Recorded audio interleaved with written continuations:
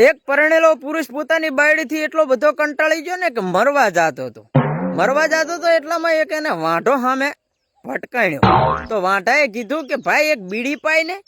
તો ઓલાને વિચાર આવ્યો કે આમે મરવા જવરો હું મરતા કે એક સારું કામ કરતો જાઉં. એક નહીં કે આખી બીડી નવી લાઈન આલી. પછી વાંઢાએ પૂછ્યું કે ચા જાય છે આવો કે ઉતાવળમાં? કાંઈ નહીં કે બાયડીથી કંટાળે હું કે મરી જાઉં છે. તો કે ભાઈ મરવાનું છે, આજે મરવાનું ને કાલે મરવાનું, બરાબર? તો એક દિવસ રાહ જોઈ લે, એક દિવસ મારા ભેગો કાઢી લે ને કાલે સવારે મરી જાજે, તારે જેવી રીતે મરવું એવી. પરણેલા પુરુષને આમ થઈ ગયું કે એક દિવસ ખમી જવામાં શું જાય છે, આ વાંઢા જો ભેગો એની આશા પૂરી કરતો છું, મરતા એક સારું કામ કરતો છું. વાંઢો ને બી ઘરે જાય એટલે વાંઢે ચા બનાવી એટલે જેવી મસ્ત ચા બનાવી. બંને જણાની ચા પીધી. પરણેલો પુરુષ કે વાહ સરસ યાર, ચા મસ્ત બનાવી છે યાર, અને બહુ મજા આવી છે, એમ ચા પીને બહુ મજા આવી છે. તો પછી વાંઢે કીધું કે ચા પીવાની તો બહુ મજા આવી, પણ હવે આપણે વાસણ જાતે ઘસવાના છે. એ બંનેની વાસણ ઘસ્યા. થોડી વાર થયું એટલે કચરા પોતે બંનેની કર્યા. થોડી વાર થયું એટલે બપોર થયો એટલે જમવાનું બનાવ્યું. વાંઢે જમવાનું બનાવ્યું પરણેલા પુરુષે, અને વાંઢે બંનેની સાથે મળે અને જમવાનું ખાધું. આંગળીયું સાટી જાય એવું ખાવા બનાવ્યું. પછી પરણેલા પુરુષે કીધું કે યાર વાહ, બહુ મજા આવી ગઈ, સરસ મજાનું તે જમવાનું બનાવ્યું. ઘણા સમય પછી મેં આવું સ્વાદિષ્ટ જમવાનું ભાળ્યું છે અને ખાવાની બહુ મજા આવી ગઈ. પરણેલો પુરુષ રાજી થઈ ગયો. પણ વાંઢાએ કીધું કે પણ આપણે જમી તો લીધું, પણ હવે વાસણ છે ને આપણે જાતે ઘસવાનો છે. બંને જણાની વાસણ ઘસ્યા. બપોરના સમયમાં આરામ કર્યો. વળી પાછું એમને નાવા ધોવાનું વિચાર્યું. નાવાની તો કે મજા આવી ગઈ બુડા કે.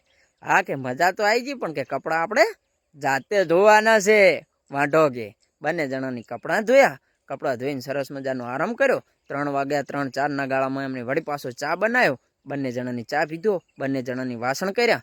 વળી પાસે થોડો સમય આરામ કર્યો. વળી પાછું થોડું ઘણું વાળવાનું હતું એ બધું વાળ્યું, ઘર સાફ કર્યું, અને ફરી પાછું સાંજનો ટાઈમ થયો એટલે વળી પાછું વાંઢાએ જમવાનું બનાવ્યું. બંને જણાની જમવાનું બનાવ્યું. બંને જણાની હળી મળીને કોઈએ રોટલી બનાવી, કોઈએ શાક બનાવ્યું. આવી રીતે કરી અને જમ્યા. જમીને ખૂબ આનંદ કર્યો. અને વળી પાછા એ જમી અને એઠાના જે વાસણો હતા એ સાંજે ધોયા. વળી પાછા સાંજના ટાઈમ થોડો ઘણો એમની આરામ કર્યો, વાતો કરી, મજા કરી, અને પાછું હુઈ રહેવાનું થયું એટલે જાતે ખાટલા પાથર્યા, ગોદડા પાથર્યા અને હુઈ ગયા. સવારે વહેલો દાડો ઉજ્યો ત્યારે વાંઢે જોયું એ વાંઢો એકલો જ ખાટલામાં, બાજુનો ખાટલો ઠાલી પરણેલા પુરુષનો. વાંઢાને એમ થઈ ગયું કે આ વ્યક્તિ 100% ગયો. મરવા જવાની વાત કરતો તો એક દિવસ મારી સાથે કાઢી અને આ વ્યક્તિ મરવા જતો રહ્યો. પણ 2 દિવસ થયા અને વાંઢો ગામમાંથી કરિયાણું લઈને રિટર્ન વળ્યો હતો, અને સામે પરણેલો પુરુષ માથે દણ ઉપાડેલો સામે ભટકાયો. એટલે વાંઢાએ પૂછ્યું પરણેલા પુરુષને કે યાર કીધા વગર તું જતો રહ્યો, મને કેટલું દુઃખ લાગ્યું. અને તું કેમ જતો રહ્યો અને કેમ જીવે છે? તું તો મરવાની વાતું કરતો હતો. ત્યારે સાહેબ પરણેલા પુરુષે કીધું